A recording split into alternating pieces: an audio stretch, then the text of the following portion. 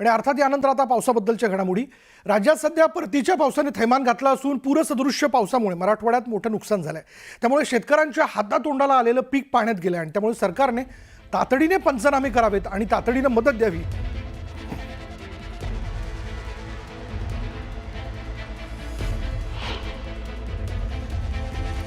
सरकारनं शेतकऱ्यांचं जे काही नुकसान झालेलं आहे त्याचे तातडीनं पंचनामे करावेत आणि मदत द्यावी अशी मागणी केली जाते। शेतकऱ्यांचं नुकसान डोळ्यादेखत दिसत असल्याने त्यामुळे नुकसान भरपाई देण्यास हरकत नाही अशी मागणी उद्धव ठाकरेंनी सरकारकडे केली। कर्जाच्या मुद्द्यावरनं ठाकरेंनी भाष्य केलं, राज्यातील प्रत्येक नागरिकावर हे कर्ज येत आहे आणि तसंच रस्ते पुलांची कामं करत असाल तर तो विकास नाही असंही ठाकरे म्हणाले। दुसरीकडे देवाभाऊ जाहिरातीचा उल्लेख करत ठाकरेंनी सरकारवर टीकास्त्र सोडलं।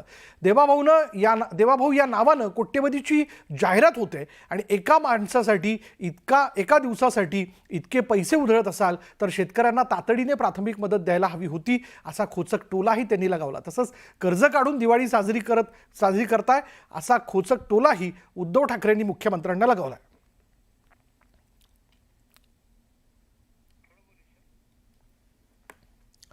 त्यामुळे उद्धव ठाकरेंनी थेट म्हटलेले पत्रकार परिषद घेऊन की या पावसामुळे शेतकऱ्यांचं जे नुकसान झालेलं आहे, इव्हन लोकांच्या घरात देखील पाणी शिरलेलं आहे, या सगळ्या नुकसानीचे त्वरित पंचनामे केले जावेत आणि त्यांना नुकसान भरपाई दिली जावी।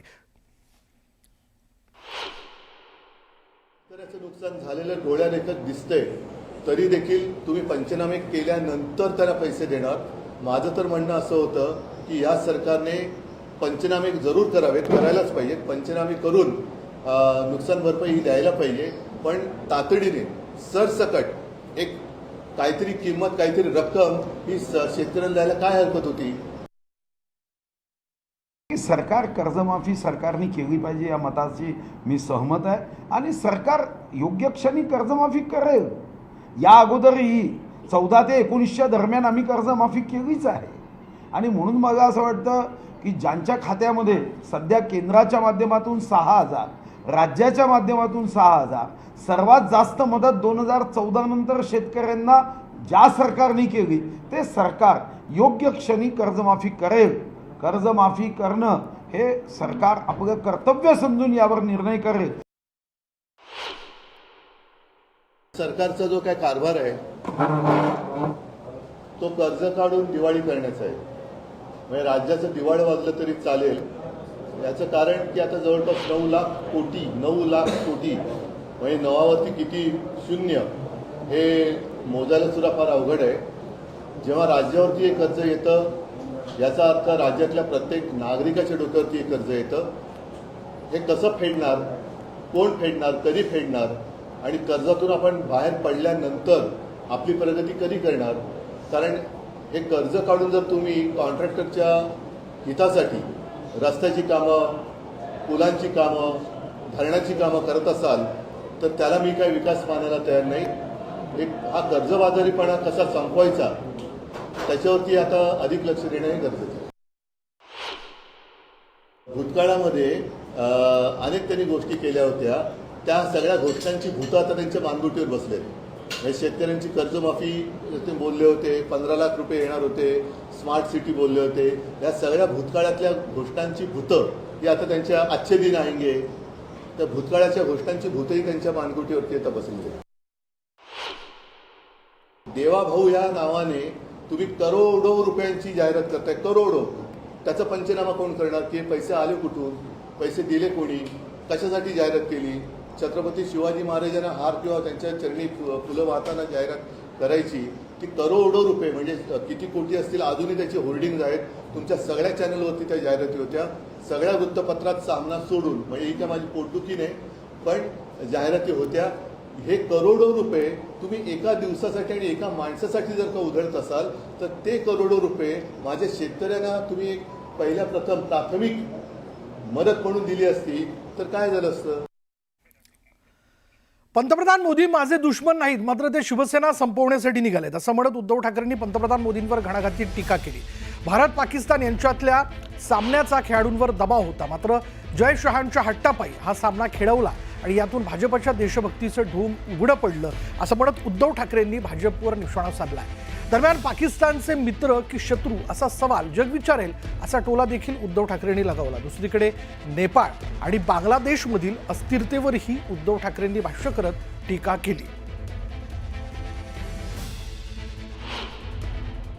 बघा, माझे कोणी काही दुश्मन नाहीये.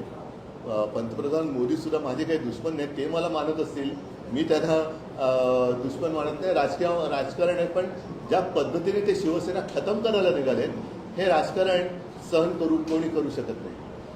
आणि तरी देखील त्यांच्या मनात पाप जरी असलं तर मी मात्र त्यांना शुभेच्छा देतो की लवकरात लवकर आपल्याला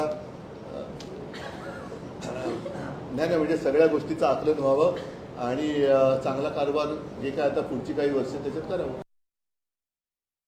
एका मताशी मी सहमत आहे की फक्त रस्ते म्हणजे विकास नाही, आणि म्हणूनच माननीय विश्वगौरव देशगौरव पंतप्रधान महोदय फक्त रस्ते आगा कधीच विकास म्हणत नाही. म्हणजे उद्धवजी सुद्धा माननीय पंतप्रधानाच्या याच विचाराला घेऊन त्यांनी मला वाटतं की तुमच्यासोबत चर्चा केली. शेवटी देशाचा आर्थिक, सामाजिक, सांस्कृतिक, आध्यात्मिक, विज्ञान अशा सर्वंकष विषयामध्ये देशाची प्रगती झाली पाहिजे. उद्धव ठाकरेंनी राज ठाकरेंच्या भेटीवरती देखील प्रतिक्रिया दिली. आम्हाला मावशी बोलली होती असाच येत राहा आणि त्यामुळे मी भेटायला गेलो होतो असं ठाकरे म्हणाले. तर दोन्ही भावांच्या युतीबाबतही ठाकरेंनी भाष्य केलं. योग्य वेळ आल्यावर युती संदर्भात बोलू असं ठाकरे म्हणाले.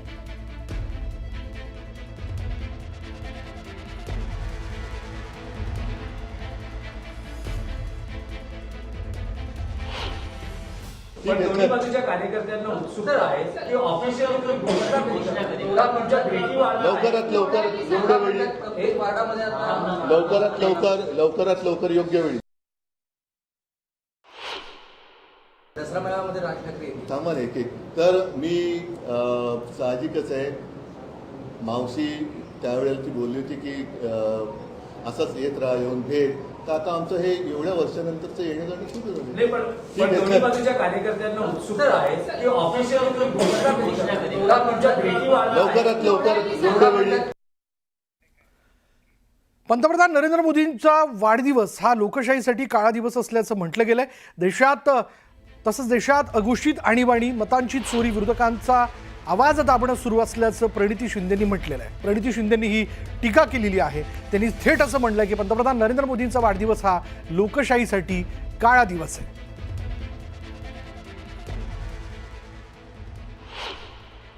ये हमारे लिए ब्लैक डे है क्योंकि आज हमारे देश में अघोषित इमरजेंसी चल रही है, अनडिक्लेयर्ड इमरजेंसी चल रही है. ऑपोजिशन को बोला नहीं दे रहे हैं.